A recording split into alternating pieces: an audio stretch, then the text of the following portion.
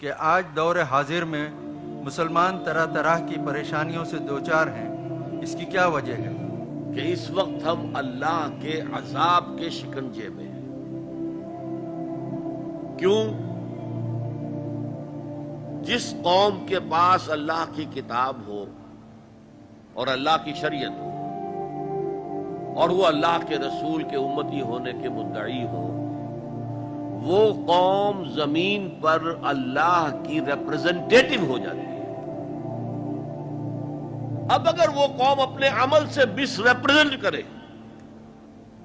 تو وہ کافروں سے بدتر ہے، غیر مسلموں سے بدتر ہے، پھر ان کو عذاب ملتا ہے۔ آج ہماری ذلت اور رسوائی،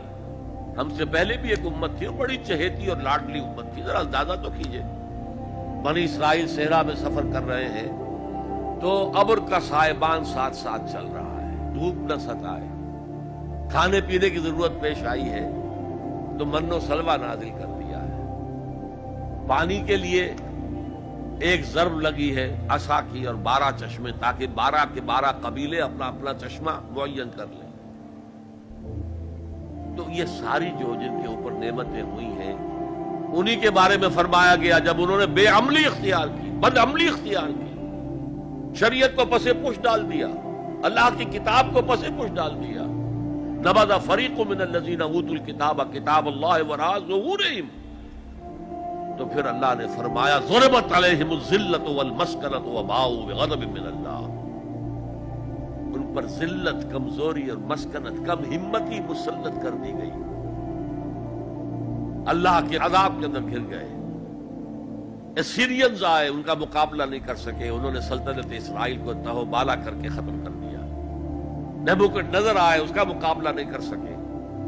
اس نے لاکھوں کو قتل کیا، لاکھوں کو وہ کیپٹیو بنا کر بیبیلونیا لے گیا، اور حضرت سلیمان کے بنائے ہوئی مسجد کو، جسے وہ ٹیمپل کہتے ہیں، ٹیمپل آف سولومن،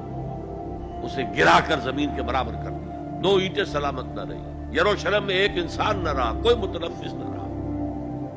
یہ عذاب کیوں آئے تھے؟ پھر ایک وقفہ آیا، اس لیے کہ پھر حضرت عزیر علیہ السلام کی دعوت سے لوگوں میں عمومی ایک توبہ کی تحریک برپا ہو گئی، لوٹو لوٹو اللہ کے دین کی طرف، لوٹو شریعت کی طرف، تو اللہ کی رحمت بھی پھر متوجہ ہو گئی، مکابی سلطنت قائم ہوئی جو اپنے رقبے کے اعتبار سے حضرت سلیمان کی سلطنت سے بھی بڑھ کر تھی،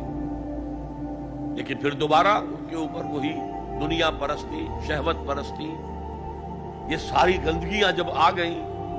مشرک مکانہ توہمات آ گئے، غیر مسلموں سے خلا ملا، اس کی وجہ سے ان کے اندر وہ ساری رسمیں ریتیں شروع ہو گئیں، پھر عذاب آیا۔ پہلے یونانیوں کے ہاتھوں رگڑا گیا ان کو، سکندر کے ہاتھوں، سیلیوکس کے ہاتھوں، اور پھر رومنز کے ہاتھوں رگڑا گیا، یہاں تک کہ سن 70 عیسوی میں ٹائٹس رومی نے،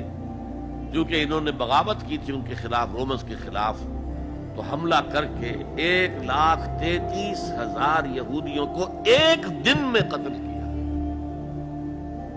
اور جو دوسرا ٹیمپل انہوں نے بنا لیا تھا، سیکنڈ ٹیمپل جس کو وہ کہتے ہیں، اس مکابی دور میں وہ حضرت سلیمان کا بنایا ہوا وہ معبد جو ہے وہ دوبارہ بن گیا، سن 70 عیسوی میں اسے پھر گرا دیا گیا، آج تک گرا پڑا ہے، 1934 برس سے ان کا خانہ کعبہ گرا ہوا ہے۔ یہ اللہ کا قانون ہے، جو امت کتاب اللہ اور شریعت خدا بندی کی حامل ہو کر اور طرز عمل اس کا مختلف اور برعکس ہوگا، وہ کافروں سے بدتر ہے اللہ کی نگاہ میں۔